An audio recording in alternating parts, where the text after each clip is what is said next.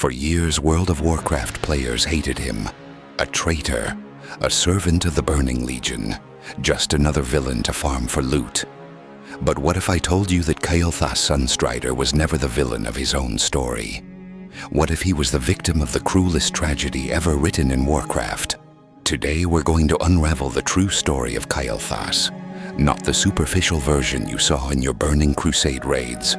We're diving into lore, books, hidden quests, and interviews with the writers to understand why this character is possibly the most misunderstood in the entire franchise. This is a story of impossible love, political betrayal, magical addiction, and mental enslavement.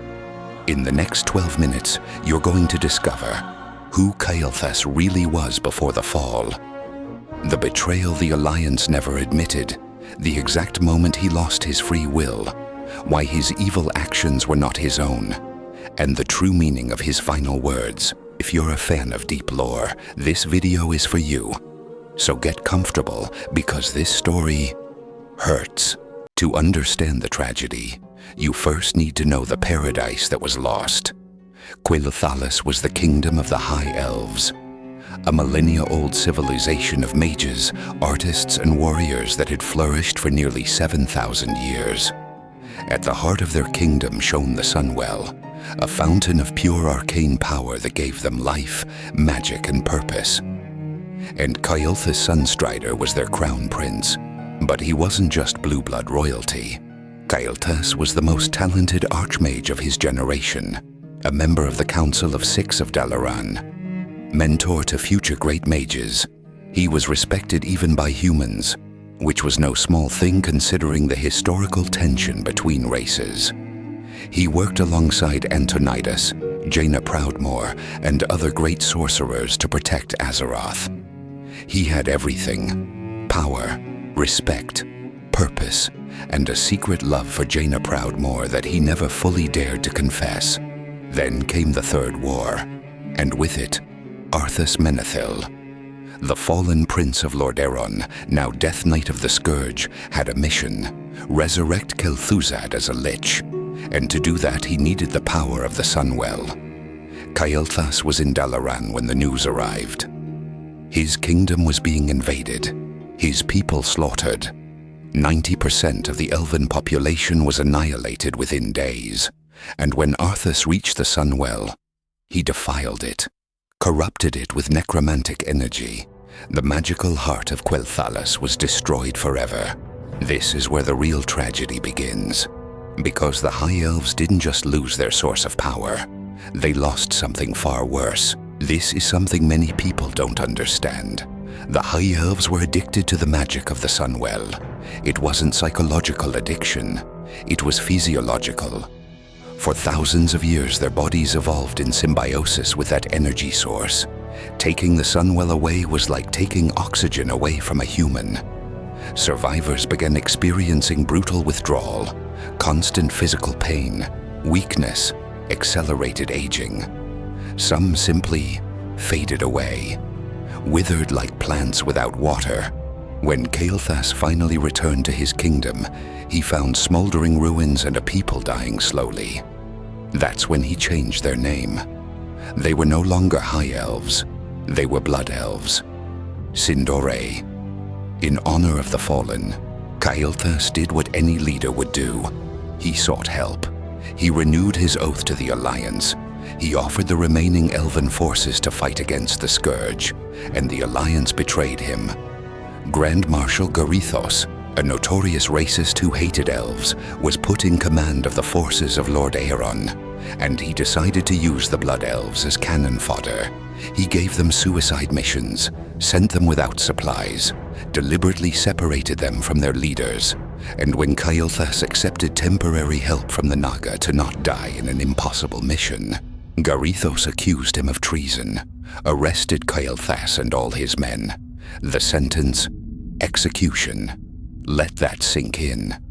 The prince who lost 90% of his people, who saw his kingdom destroyed, who was trying to save his survivors from magical withdrawal, was condemned to death by the very people he had sworn loyalty to. In the cell, awaiting execution, Lady Vashj appeared. a Naga sent by Illidan Stormrage with an offer. Join us. We will teach you to feed your addiction in other ways. We will give you the power to rebuild your kingdom, and you will never again bow to racist humans. What would you have done? Die with honor before an alliance that betrayed you? Or take the demon's hand to save your people? Kael'thas chose to survive, and that was his first step into the abyss. Kael'thas followed Illidan to Outland. There they discovered something. Mana crystals. Fragments of arcane energy that could temporarily substitute the Sunwell. The Blood Elves began draining magic from these sources. It wasn't a cure, it was a patch.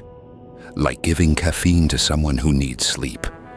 It doesn't solve the problem, it just delays it. But it worked. His people stopped dying. Kael'thas took control of Tempest Keep, a dimensional fortress of the Naru. He established a base of power. For the first time since the fall of Quel'Thalas, he had hope. But here's what the game never explains clearly. Something you only discover reading novels and interviews. Kael'thas was contacted by Illidan, leader of the Burning Legion. And here is the crucial part. Illidan didn't recruit him. He didn't make him an offer he could refuse. He enslaved his mind. Demons of the Legion possess the power to corrupt and control minds.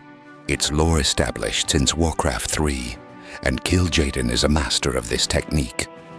Chris Metzen, former creative director of Blizzard, confirmed in interviews that Kael'thas was not acting of free will in Burning Crusade. His mind had been compromised, twisted. Imagine this. You're still conscious. You know what you're doing, but you can't stop. It's like watching a horror movie where you are the monster and you can't close your eyes. Under Illidan's influence, Kael'thas attempted to summon a Lord of Chaos into Azeroth, betrayed the Naru who had helped his people sacrifice elven soldiers in demonic rituals, attempted to use the restored Sunwell to bring Illidan into Azeroth. Each action was more horrible than the last, and players killed him twice, in Tempest Keep and then in Magister's Terrace. But we never understood that every monstrous decision was an order he couldn't disobey. When he finally falls in Magister's Terrace, defeated for the second time, Kael'thas whispers, "Forgive me." For years we thought it was a cliché, another villain repenting at the last moment. But when you understand the full context, those words mean something completely different. He wasn't asking forgiveness for being evil. He was asking forgiveness because, during a brief moment of clarity before dying, he regained his consciousness and understood the horror of what his body had done while his mind was imprisoned. He was asking forgiveness from his dead father, from his people, from Jaina, from everyone who once believed in him. He asked forgiveness for not being strong enough to resist, for choosing survival when he should have chosen death, for being human or elven, too imperfect to carry the burden of saving a dying civilization.